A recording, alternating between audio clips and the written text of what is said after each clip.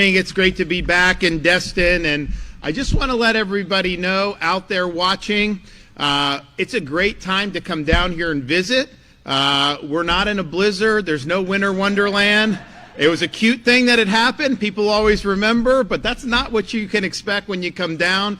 And so I know it's a lot colder in other parts of the country. Find many better places to come than to come to Northwest Florida and spend some time. So do that. Now, we knew we were going to get something. We prepared for it, and we had the guys icing the salting the roads, plowing. That's not what we normally do in Florida, and we knew we were going to get some. But we had a previous record of 4 inches, and we got 10 inches in different parts, of the Panhandle. I mean, that's incredible that happened. I think there had been more snow in Milton, Florida, than in Anchorage, Alaska at that point in January, if you can believe that. So where's the global warming when you need it, right?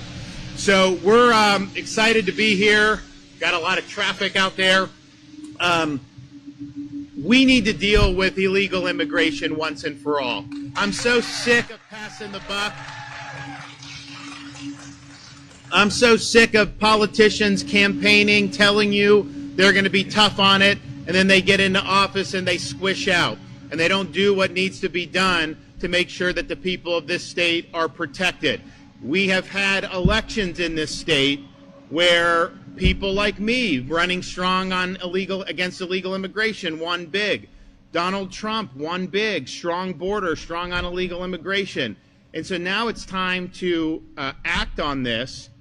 President's done his part with changing all the Biden policies. As part of the policies he's implemented, they are inviting state and locals to be a part of these efforts. And there's different federal programs that you can subscribe to. We can actually have state and local deputized by ICE to be able to exercise immigration and deportation functions. I just signed a memorandum of understanding with DHS and ICE with our highway patrol. So Director Dave Kerner, his guys out there, if you have an illegal driving drunk and they get pulled over, well, the highway patrol can then take them to immigration too. Why do you want to put an illegal back on the road to be able to do all this stuff? So the possibilities are really, really strong, but we got to get the policy right and we got to get the job done. I called a special session of the Florida legislature to be able to address this and other issues. And the legislative leaders didn't want to do it. They said it was premature. They said that it could wait. And they even said that doing a special session on illegal immigration was a stunt. A stunt? We've been waiting 4 years to be able to address this issue. We complained about Biden constantly for year after year after year. So I knew we had to act. I wanted to give a week after the president was inaugurated so we could digest. We knew what was coming, but to digest everything and then go forward. And they didn't want to do it. They fought back. They, had their excuses. But the voters demanded that they acted. And the voters were very clear. You need to get in there and do your job. And so they got that message, but they thought that they could do some window dressing and then just kind of leave, and that you guys would all just accept that, even though the policy was terrible and they weren't getting the job done. Our voters are smarter than that. They thought if they put Trump's name on a weak bill that people would just say, oh, it must be good just because Trump's popular. People have seen through that. And so what they did was they created a piece of legislation that not only didn't answer the call and help deliver on the mandate that we have for the American people, they did things that are going to make it worse to combat illegal immigration than we're even doing now. If that bill passed, we would have been more effective under even Biden in some respects than now when we have a willing partner in Donald Trump, because they're trying to kneecap state enforcement efforts. So we've got some work to do here. Now, it's interesting because they have tried to say that this is somehow some great piece of legislation. I can tell you, the voters, I've never seen voters react more negatively to a piece of legislation. So they're thinking the governor's calling for us to step up. Florida, we lead in Florida. We've done that for 6 years, leading the nation on all this stuff. it's great to see the great start President Trump's gotten off to, doing things like going after DEI, the gender mutilation of minors, all that stuff. We did that stuff years ago in Florida.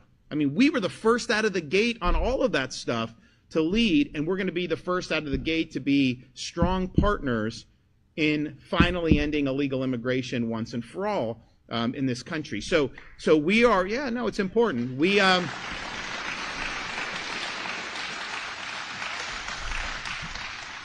so they've done this, and it actually undercuts what we're already doing. So, for example, when we had some of the unrest in Haiti, they'll send boats with these Haitians, these illegals, and they'll come to mostly South Florida, obviously.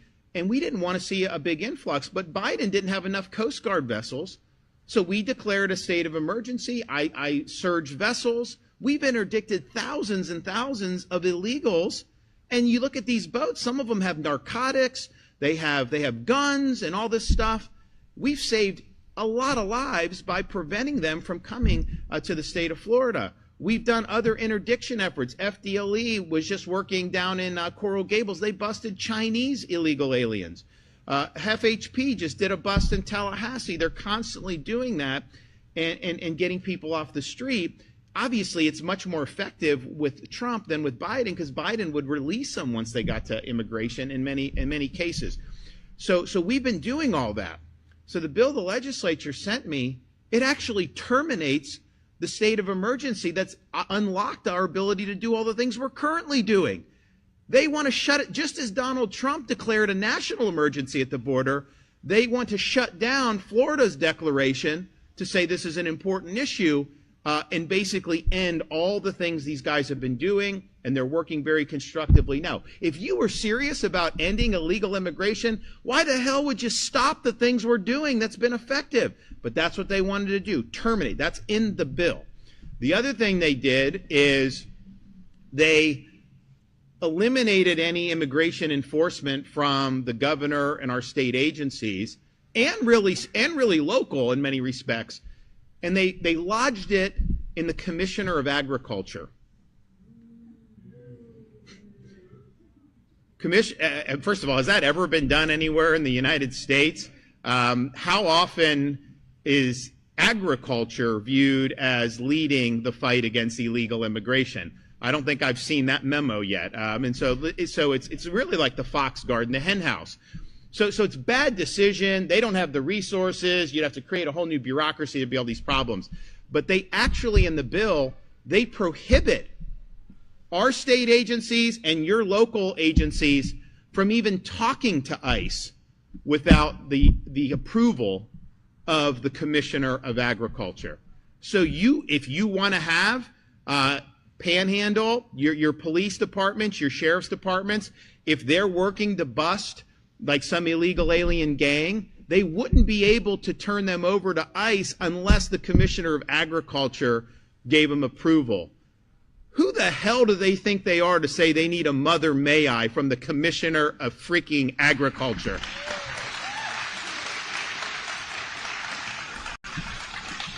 And so people will say, well, why would they do that? It doesn't make sense. Because think about it.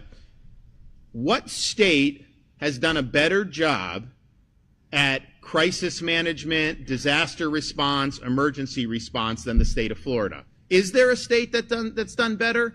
Not even close. So we have agencies that are in all these fights. We have a great record of success in responding to different things. And why would you want to kneecap that? And even if you were serious about it, to create a new set of bureaucracy and the Commissioner of Agriculture obviously doesn't make sense. And the reason they did it, it's not because they're dumb. They knew by doing that they would stymie enforcement against illegal immigration. They don't want to remove illegal aliens from this state. Okay? Some of them want cheap labor for some of these business interests. And here's my problem. So first of all, we did E-Verify a couple years ago. And E-Verify, so it's private business. You just run them through the computer. You're here lawfully, you'll be hired. If you're not, you can't be hired. That's the law of the land. It's not like we're imposing a new set of laws. So that's the law. And so we've done it. But then so the legislature in this debate, because they want to take E-Verify away from the governor and put it in the Commissioner of Agriculture. Gee, wonder why. But what they tried to say is, oh, the governors, you guys weren't tough enough. You were dropping the ball, this stuff. Well, it turns out the legislature has refused to fund E-Verify the last 2 years. Imagine why they wouldn't want to fund E-Verify. They probably have some supporters that don't want them to do it. But because they said that, we've now sent out letters to a lot of these businesses that are sometimes suspected of having illegal labor. We've sent it out, and we said, hey, some members of the Florida legislature are suggesting that you may be using illegal labor and you're not using E-Verify, and they're saying that the ball's been dropped. So we're now going to get confirmation on all these businesses, and we are going to follow up with them to see if they're following the law or not. But these guys deliberately did not want to fund that because they want the policy to be you have illegal workers because it's cheaper for some of their supporters. And here's my problem with that. One, we got to be a rule of law, right? If you want to have foreigners come in, then change the law. Now, I wouldn't support that, but at least we're all on the up and up. Why is it that you have to follow the law, but some of these other guys don't have to follow the law? That doesn't work for me. Doesn't make sense. So I have a problem with just from a rule of law perspective. I also have a problem, though, when you bring in the illegal foreign labor. You're obviously undercutting wages. They say, oh, Americans don't want to do. Americans will do more construction if it pays better. They just want an artificially lower wage. But here's the thing. It's a massive corporate subsidy to them at your expense because guess what? They're paying low wages. You're paying for schooling for the kids. You're paying for medical when they go to the emergency room. And tragically, a lot of people pay when they get hit in like a traffic accident and the illegal doesn't have insurance. So it imposes massive costs on our communities. And a lot of them don't want to acknowledge that, don't want to say they're for that, but they've made policy choices in this bill that would lead us to essentially being a sanctuary state. Because if these guys can't even communicate with ICE without going Mother May I to agriculture, you are handcuffing the people that are out there trying to keep you safe from the scourge of illegal immigration. They also didn't do anything to stop catch and release. My proposals say you get an illegal, the drunk driving is something that I talk about a lot because we have a lot of people who've lost loved ones being hit by an illegal alien drunk driver in almost every instance that I know of. It's not the first traffic infraction that these guys have had. So if they're there, get arrested for DUI under the bill that the leaders passed. They go before a judge and just get released, right? There's no presumption of detention. For us, we don't think that they should be entitled to bail. We think that they should, the default should be that they're detained and then turned over to immigration. Don't just put them back on the street. We also want to make sure that we're very tough on illegal alien voting, which is wrong, and it's not allowed in the state of Florida. And we have prosecuted. No one really dealt with this until I became governor. We worked with the legislature to establish an Office of Election Crimes in the Attorney General's office. And so after the 2020 election, there were illegals brought up on charges who voted illegally in some of these elections on the local level were decided by 50 votes. So it does matter. And some of the illegal aliens said, well, I was told I could vote by someone in like Broward County or whatever. And I don't actually dispute that. I think that's probably true. But the part of the reason why they are able to register to vote is because there's no declaration that you're a U.S. citizen when you register to vote. So we want to put on our forms a declaration where you have to declare under penalty of perjury you're a U.S. citizen. And then if you declare that and you register, then the crime is committed right there, even before you vote. And the reason why that's important is because if you prosecute them after they voted, the vote is going to count. If you get them after they register but before they vote, then we've prevented the election from being infected. Now, the bill that they passed doesn't do what needs to be done on voter registration at all. And I think we got to be very, very tough on that. So you have, and then the linchpin of all this is we want a duty for all state and local law enforcement agencies to cooperate and participate with the Trump administration's efforts. That's what they've called for in the executive orders, and we need to step up there and do it. What the legislature did, they do not impose any duties on any agency to be involved in any meaningful way. They did say you got to, at the jails, you've got to allow ICE to pick people up. That's already the case in Florida and the vast majority of jurisdictions. And obviously I support if someone's in jail that let ICE come and get them. But that is woefully inadequate for what we really need and what I think the administration's called for. So we need to have that participation, because if you look at the numbers, they've done a lot, but you're talking about like 1,000 arrests a day. I think those will go up. But I mean, if you extrapolate that, that's like 1.5 million over a 4-year period. That isn't going to be enough. Like Biden let in 10 million on his own, right? So they're going to do more in the Fed. There's no question. They'll beef it up. But unless you have state and locals assisting and being able to bring illegal aliens for deportation, being able to end, catch, and release, do all these things, none of this stuff's ultimately, the problem's not ultimately going to be solved. So states need to step up, localities need to step up. Now, we're not a sanctuary state. We ban sanctuary cities. So you can't frustrate immigration enforcement in Florida, but most jurisdictions are just like, you know what, let the feds, they don't want to be involved in it at all. And that attitude's not going to cut it, because we're not going to solve the problem if that's the case. So we want the cooperation to be the default standard.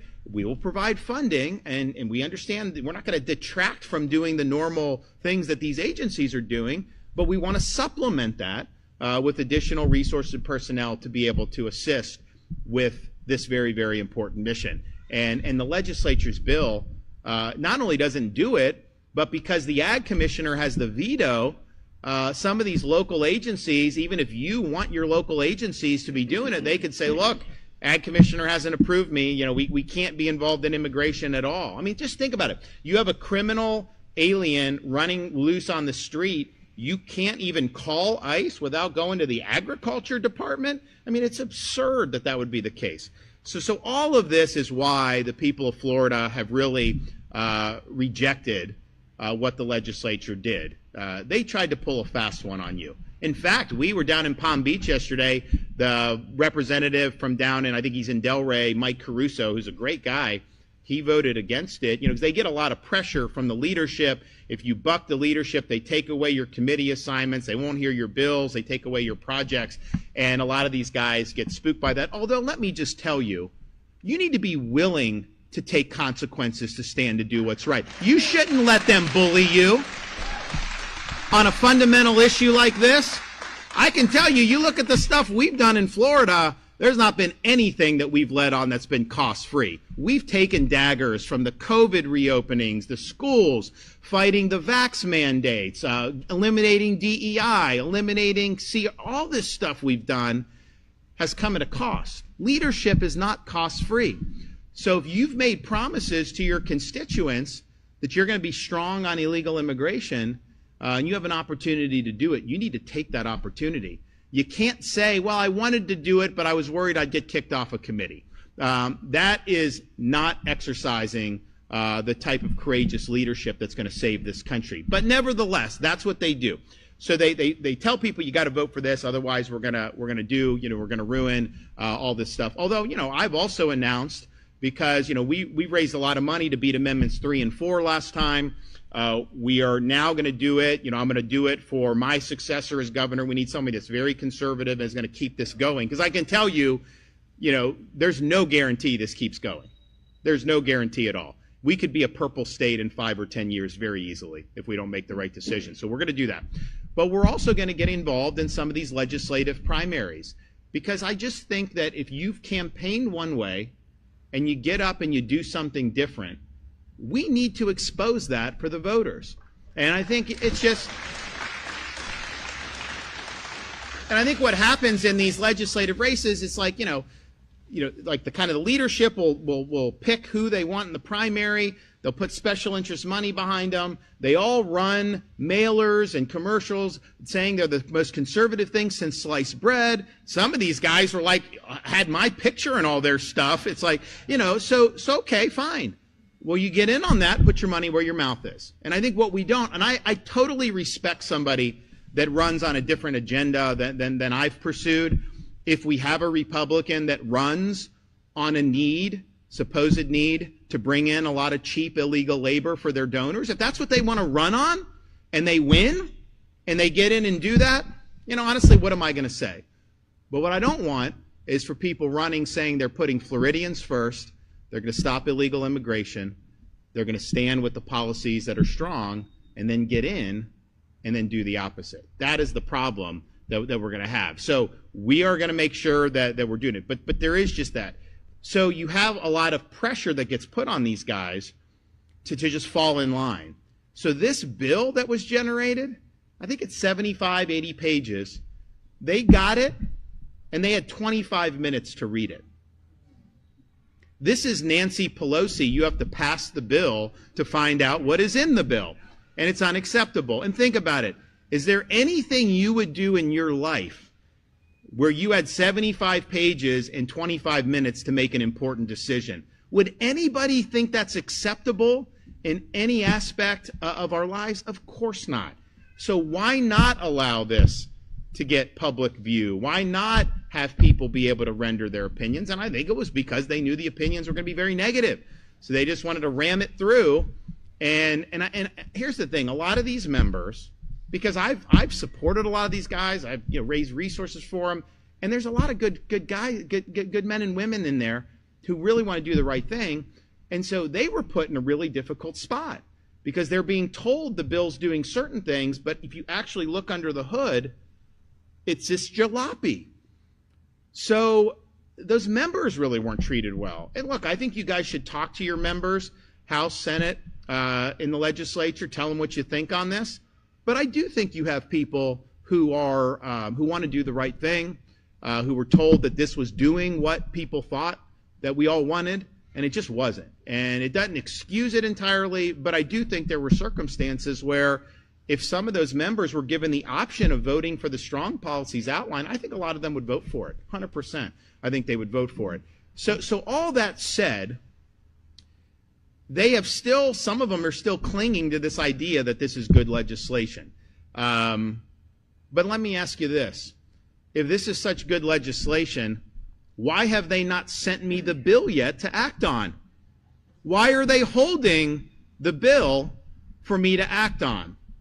And I think the reason is because if we get the bill and we do an event where we have a lot of people and I veto the bill in front of this crowd, is the crowd going to cheer or is the crowd going to boo?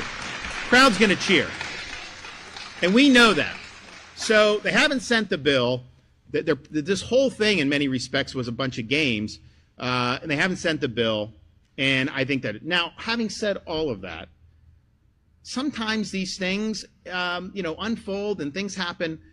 Our voters have been very clear about what they expect. Our members have had a couple days. They'll have the weekend to listen to those members, to listen to their constituents, and then come back and get it right. And I think we can get it right. And we need to get it right. And I'm not going to rest until we get it right. So we have an opportunity to do it. So not only are we excited about the opportunity to make a difference on this and other issues, we recognize, you just heard the administration talk about if you have these really nasty criminal aliens that their home countries won't take back, they're going to create a staging ground at Guantanamo Bay Naval Base. And, I think I was actually, as a man, I was probably a Navy lieutenant back in the day. I was down in Gitmo at the detention facility back in the day. I did some little junkets, like temporary duty assignments down there. So I got to kind of know the area. And I think it'd be a great place, quite frankly, to have criminal aliens. Now, these countries need to take back their illegals. And when Colombia gave the president some dissonance, he said, well, you're going to face a lot of consequences. So I think that you're probably going to have most countries not want to deal with those consequences. So I think when the president laid those out, I think it was really well thought out. I think it was smart. Clearly, they recognized that some of these countries wouldn't do it. But there will probably be some who don't. And so we're going to be able to assist, maybe transferring over to feds fly them in. But you know what? Guantanamo Bay is a hell of a lot closer to Florida than Martha's Vineyard was, so we're in the game too, right? So let's do the right thing for the people of Florida. I'm excited about what we can do, for the country, over these next 4 years of this current administration. Obviously, the rest of my 2 years here as governor, and it's exciting. But we've got to seize the moment. We've got to do all we can. And the way I view people are like, because some of the legislatures were mad. Oh, why did he call a special session? Why didn't he wait? And what I think about it is, if I'm walking into like a gas station and somebody pulls me over and they say, hey, are you going to get in the game to help on removing these illegal aliens? If I answered them, well, yeah, maybe in a couple months we'll do something about it. Is that an acceptable answer for anybody? No. You would tell the person, absolutely, here's what we're doing, we're going to get the job done. So we did have a sense of urgency, and we did the right thing. So I'm looking, we got great resources here. We're going to have a lot of opportunities to do different things. This will really make a difference. The state will be safer as a result of this. And there's a lot of focus on criminal aliens, illegals who get convicted of crimes. Obviously, you remove them. The House and Senate bill basically says the only way you get removed is if you've committed and been convicted of a crime. They don't want normal illegal aliens to be removed. Obviously, they should not be shielded. We're not a sanctuary state. That's basically what they wanted to do. But I do think, and so but you do have an effect on criminal activity. But the reason why I don't think the threshold should be until you're actually convicted of a crime is because how many crimes would we prevent if we deported when we were supposed to do that, which is very, very important. Oh, final point I got to just say, and I want to let these guys talk. Sometimes it's like, okay, getting in the weeds on legislation. What is this thing doing or trying to do? Well, if you read the bill, it uses the word, so this is supposed to be a bill to help Florida, help the federal government remove illegal aliens from the state. That's what it's supposed to be. And yet, this bill mentions the word agriculture over 30 times, and it mentions the word deport 0 times. The fix is in. Come on. So let's get real here. Let's do what the people told us that they would do. And I'm confident that we have a lot of folks in the legislature that want to get there. I think we're going to have an opportunity to get a really unifying vote on a very good set of proposals. So let's get that done. But you guys have a role. You reach out and talk to your folks. You let them know, what you think. Do not take any talking points.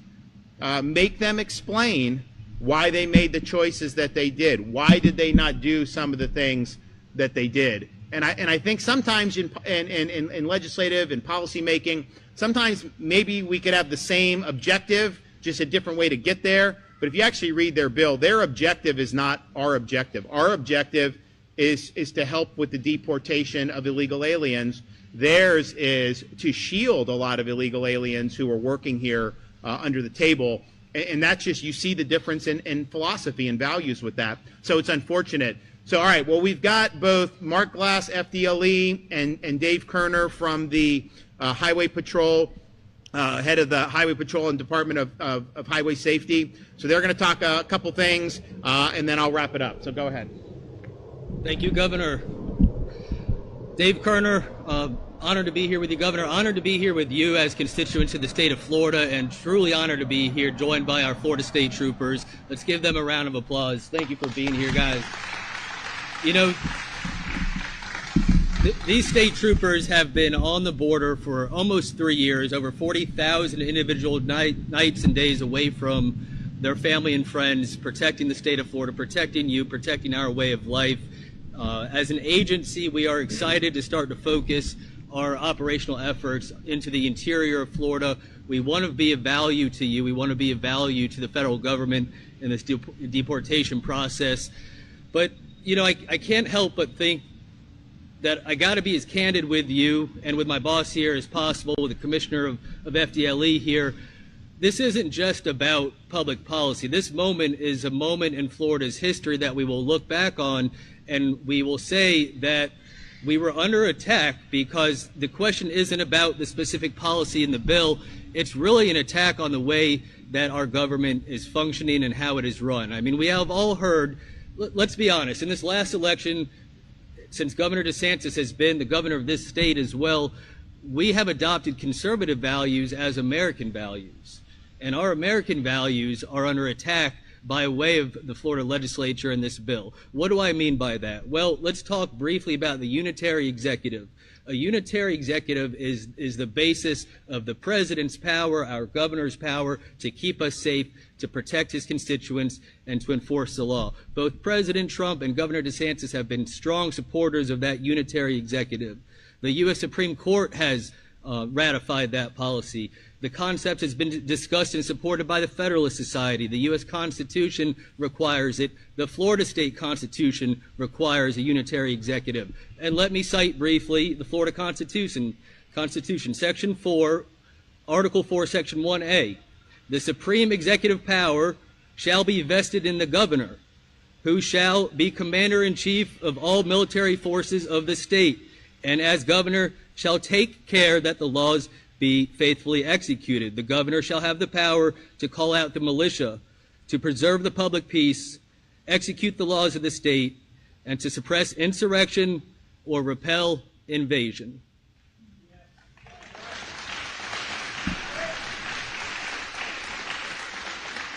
Who does that better than Governor DeSantis? Now let's, as Governor DeSantis says, let's look under the hood. They passed the bill, right? Let's see what it says.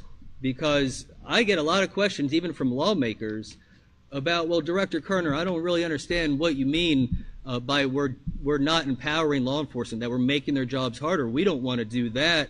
Well, and I'm standing here with one of our top cops in the state, Commissioner Mark Glass. Our agencies work so closely together. His agents are outstanding.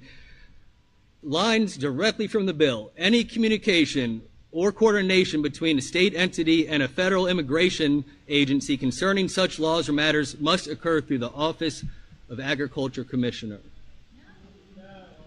Commissioner Glass and I, my troopers and his agents, they talk every day about operations, about intelligence, about drug deals, what have you. Now, but if it touches immigration, we can't do that anymore. We have to go seek permission. Mother, may I?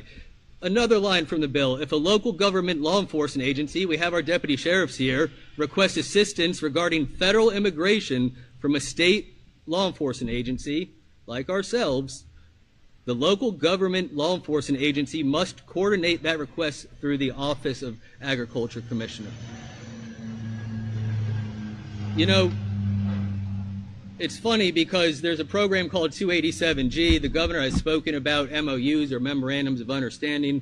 We were honored to sign one I guess it was just 2 days ago, Governor, with HSI and ERO, Enforcement Removal Operations. This is sort of a historic document in the sense that it's giving state troopers and state law enforcement federal powers to enforce immigration laws. We haven't been able to do that for 4 years. Thank goodness we have Governor DeSantis, because if another governor had signed this bill, this would be ineffective. This would disappear with that signature. The moment that this bill becomes law, this goes away. You must seek permission through the Commissioner of Agriculture to do that. And you know, the last question I would ask that the legislature answer is, you know, if our agent or his agents and the state troopers are working and they're out on the road, and I'll give you an example. Last night, state trooper pulls over a car in Liberty County. There's 5 illegal aliens in it. There's drugs, no license, what have you, a normal traffic stop. Well, we have to call ICE to come get them, right? We wouldn't be allowed to do that if this was law. we couldn't call ICE. We would have to get permission from the Commissioner of Agriculture. However, if there were 10 pounds or kilos of cocaine, if there were some firearm violation, what have you, we would be empowered to act on that alone and contact the federal government. But if it's immigration related, our law enforcement needs to seek permission. And so I would ask you to think about if the federal Congress passed a bill to take power away from the executive, away from President Trump, what would that response be? Well, that's exactly what is happening in this bill. They are trying to take power away from the executive branch and put it in the Department of Agriculture. I really and truly believe in my heart that that is an attack on our system of government and our value system as a state and as Americans. Governor, regardless of how this ends up, and I think I have an idea where we're headed, because this governor never loses. He fights and fights and fights for your public safety every day. And that's been one of the joys of my life, is to work side by side or behind him in any event. But regardless of what happens, if the legislature sits on their hands and doesn't do anything, my promise to you, my promise to these constituents, my promise to my partners in law enforcement, these guys and gals behind me are going to keep kicking butt. They're going to do what needs to be done. We're going to put bad people in jail, and we're going to get them out of this country.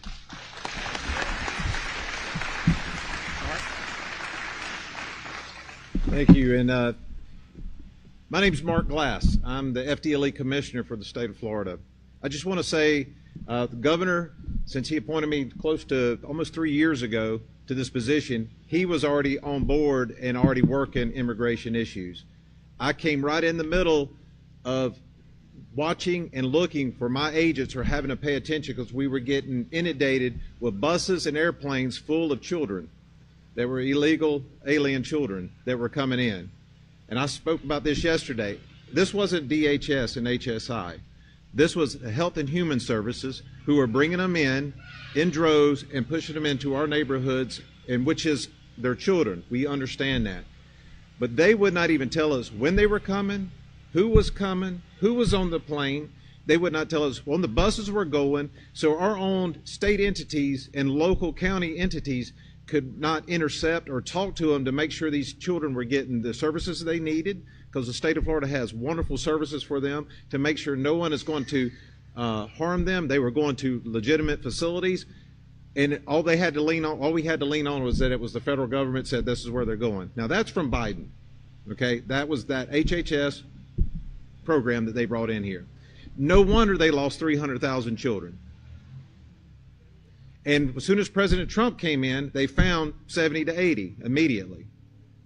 And that's why I said, go to HHS, you're going to probably find more where they came from. But if we were allowed to do what we were doing back then, and this governor here was really pushing hard, how can we do this? How can we make sure these children are taken care of, legally taken care of, utilizing our services, but yet annotating where they're at so they do not get trafficked again?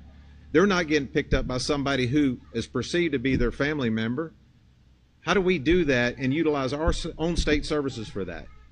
Well, I'm going to tell you, we didn't get told that. We just told we're supposed to rely on it and basically step off.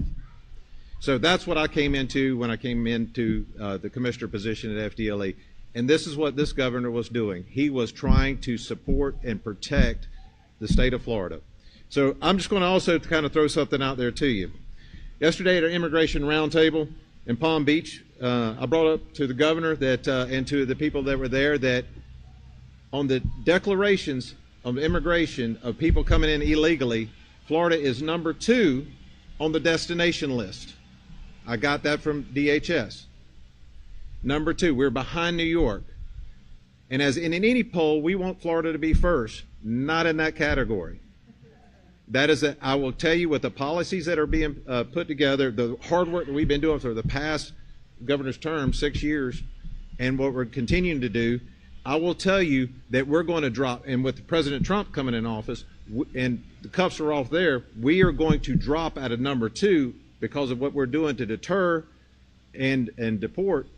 Out of this state, we're going to drop from number 2 out of the top 10, which is a measurable goal. I promise you that will happen if we're allowed to do that.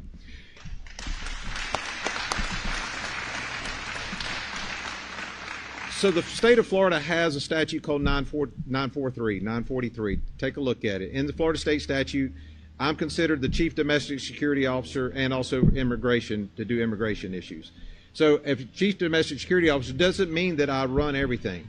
It means that I'm a coordinator, that I coordinate with my state, local, and federal partners to make sure that we are doing everything we possibly can under the direction of the leadership. So we're doing under 943, that's already in statute, and that's what we're doing. So we're coordinating. Not one agency, no matter how you try it, can do it by themselves. So it takes all of us. It takes every agency and every department, even the non-law enforcement agencies, to do this. It takes you as citizens to spot and help us to find different things. Just like we did in Miami. That was a citizen tip that we got to Coral Gables PD with Chief Hudak, and he contacted us and ICE. We showed up. We were able to see 26 illegal, smuggled in, illegal Chinese nationals in vans. Who knows where they were going? Who knows what they were doing? And who knows how they were being taken care of? I mean, just humanely, let's just talk about that part of it. Going to where they, God knows where. We were able to intercept. We turned them over to ICE. ICE is interviewing. We're being the second chair on interviews, trying to figure out where they're going. Everybody knows we got it. China's infiltrating us in all different ways, right? Well, you do not have to go through the legal visa system as much anymore. Just go across the southwest border. That's how it's been for before President Trump got in.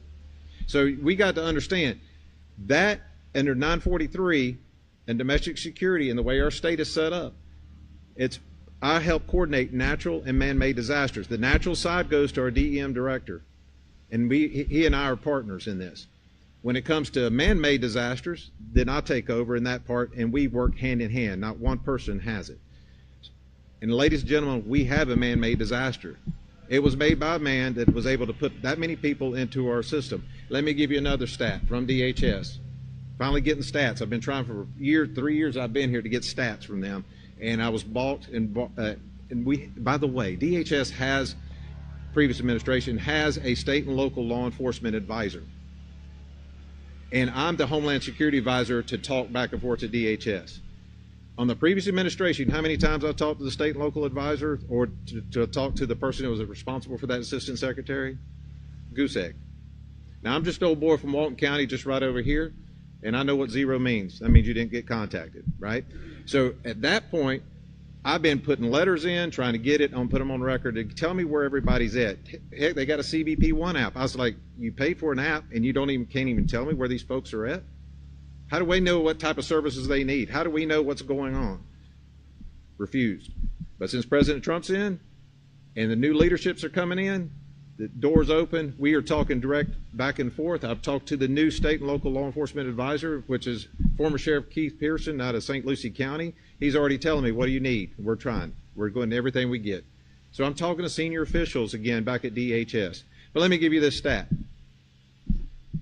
There's over 7 million, and I think it's close to 8, but it's over 7 million illegal immigrants that already have and they're in the ATD program. It's called Alternate to Detain program. Now, it doesn't mean they just came over illegally and they're ready to deport. These are alternate to detain. You know, we get the ones that would, no things, cut them loose. 7 million in the system with ICE. Congress has only approved and appropriated ICE to have 40,000 beds. I told you I'm from Walton County. I saw Commissioner Drake in the back, and his daddy was my superintendent. I can do math, and that's pretty math that it's going to take a long time to get these folks out. So I just kind of want to run that with you. So just in 2024, what I was getting reported by DHS, just in 2024, there was 315 releases from detentions that were not going to go into another detention or be deported. They were just going to get their court date and notice to appear to an immigration court. I want you to go online if you can at FDLE, and you'll see this chart. And this chart, when you see it, take a look at it. Out of those 315 that they released, 94% of the criminal aliens were released in our state had one or more violent crimes in their criminal history. 12% of the criminal aliens released are sexual predators and had committed sexual assault. 29% of criminal aliens released are convicted drug offenders, and 3% were released, were federally charged and illegally re-entered again multiple times. Okay, out of that stat, 28 homicide charges, 85 sex offense charges, 31 traffic charges, 350 other federal charges, 155 weapons charges, 226 drug charges, 47 robbery charges, 52 vehicle to Leo charges, 147 domestic violence charges, 139 property crime charges, and it goes on and on. I could keep, this is just the major ones I hit. There's a ton more. So what I'm trying to tell you is this right here is a man-made disaster. So, and I told you all that. Well, we still only got 40,000 beds nationwide. And this is why it's going to be imperative in the few months and years to come here that it's, as citizens, we must support our local sheriffs, the constitutional officer of that county, because it's going to be asked of them with their jail facilities and detention facilities. They made it so hard for the county jails to house these illegal immigrants, right, and doing these charges with the standards and status they must bring their jails up to, which is, and I was told, stricter than the Federal Bureau of Prisons capabilities. But they're telling our county sheriffs that they got to get it up that high? That's ridiculous. And I was told by the DHS that you're going to see a change in that, and the sheriffs are going to be able to start taking on beds and getting those beds open and everything. So that's going to be some things we got to really pay attention to and supporting our local constitutional officers. The other thing is, in the 90s and up in the early 2000s, being a state trooper and working as a police officer in the state of Florida, there was 3 immigration judges in the state of Florida to do all that detention and removals, right? They have to go in front of a judge, get a due process before they're told that they're going to be deported. Guess how many judges we have in the state of Florida, immigration judges doing this now? Right? So do you see the backlog and where it's going to come from? That's what we got to worry about. In this region, we talked about domestic security. You have some of the best sheriffs and chiefs of police in this region. They are out there doing it. FDLE special agents along with them and HSI and ICE. Just this past week, we arrested 14 in Pensacola region. Guess what? The only approved facilities are now filling up, and they said if we get to do any more, we're going to have to transport them once we arrest them to Alabama. And then, well, after that, the next one's in Mississippi. So we do a traffic stop, get them, we got to transport them out of state. So this is where it's going to be focused, laser focused on how do we detain these folks and give help to DHS as they're changing their posture and moving forward with the Trump administration. Right. Governor, I just want to tell you one more thing. Just when we were at doing our last briefing, they were doing Indian River, the 26, did a bust on 26 right when we were doing our briefing. Right when he and I was doing a briefing, Indian River County was doing a bust in Operation Stonegarden for 26 folks. Ladies and gentlemen, we have momentum. Let's don't stop the momentum. Thank you, sir. All right, thank you. Well, we look forward to getting this done for the people of Florida, and that's what it's all about. It's not about, some of these, guys you don't think about insular, about politics in Tallahassee. Nobody cares about that. They care about whether you're doing the work that the people elected you to do, and are you doing what needs to be done to make our state better. And our proposals clearly are geared with that in mind, and will deliver that. I also will be putting out our proposed budget for next year. That's due at the end of the weekend. And I'm not going to necessarily go into a lot of it now, but I'll just give you a couple things. The state of Florida, under my governorship, we've paid, if you look at all the debt that the states had from 1840 to the present, we've paid off almost 40% of that just since I've been governor. So we now have the lowest per capita debt of any of the 50 states. We're very proud of that. We have more than tripled the state's rainy day fund since I became governor. We're actually nearing the point where the rainy day fund's not even allowed to take in any more money because it's so flush. So we're going to continue on that vein. We are going to look at, we are going to include as much tax reduction. When we don't have an income tax, which is good, it's harder to cut. We do like holidays and stuff, so we're going to be looking at, are there any taxes we can eliminate? I do think one thing, and we can't do it in the legislature through the budget. It would have to go through Constitution because property taxes are local. But, we need to crack down on property taxes in this state. We need to limit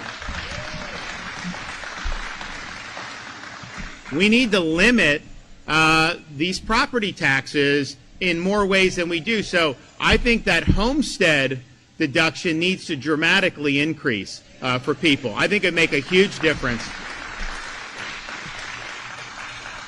Because, you think about the inflation, the home prices have gone up. Part of it is inflation, but part of it in Florida is demand. It's a lot of people that have demand to live here in Northwest Florida. It's a hot spot. And so you have the home prices going up. Interest rates have gone up, so people want to get a mortgage. That's more difficult than it was, prior to Joe Biden becoming president over 4 years ago.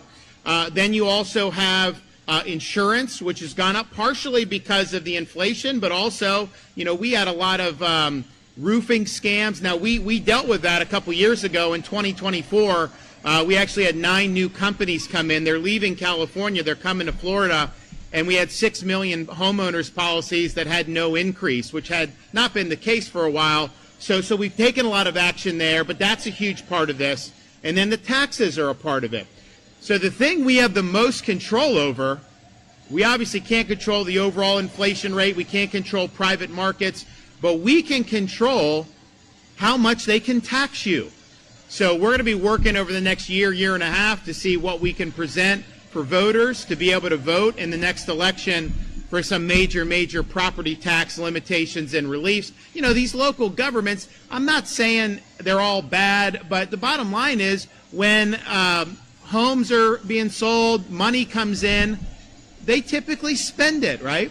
And I think that we can let's limit that to make sure that people are protected. So we need to do that, but we can't do that in the budget. So we'll do some other tax stuff. But one of the things we are going to do is pay increases for highway patrol troopers. That's going to be in our budget.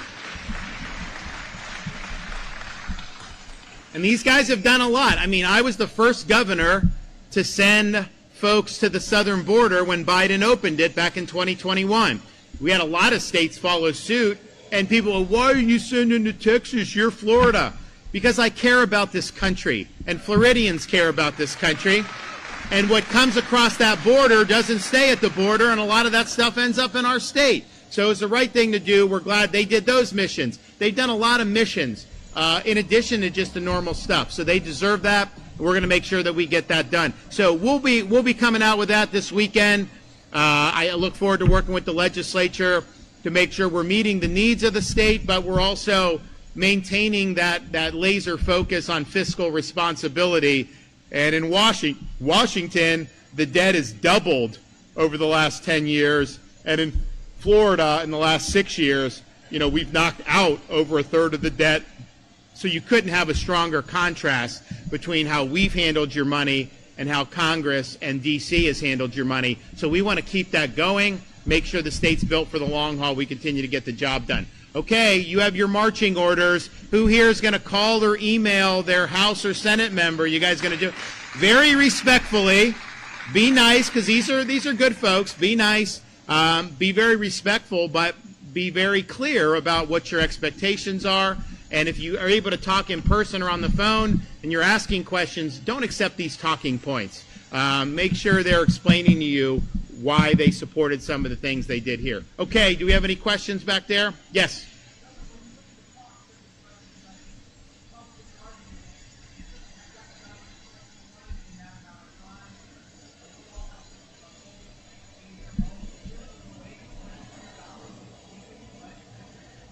If I had not called the special session, this issue would not have been addressed at all. Let's just be clear about that.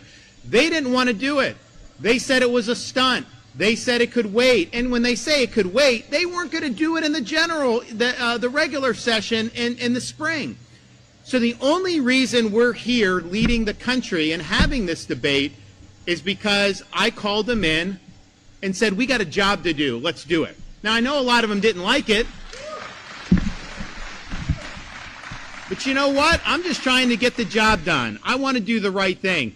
And the cost of it, you know, the governments will waste, especially the federal government under Biden. They were wasting hundreds of billions of dollars on crap. And I don't hear these journalists complain about that cost. They just look the other way. But man, if you want to do something conservative, they're so concerned there may be a cost, you know, to showing up and doing your job. What's the cost of inaction? What's the cost of allowing more illegal immigration into the state? What's the cost of not doing all we can to help achieve what President Trump promised, which is the largest deportation program in American history? All right, thanks, guys. God bless everybody. Appreciate it.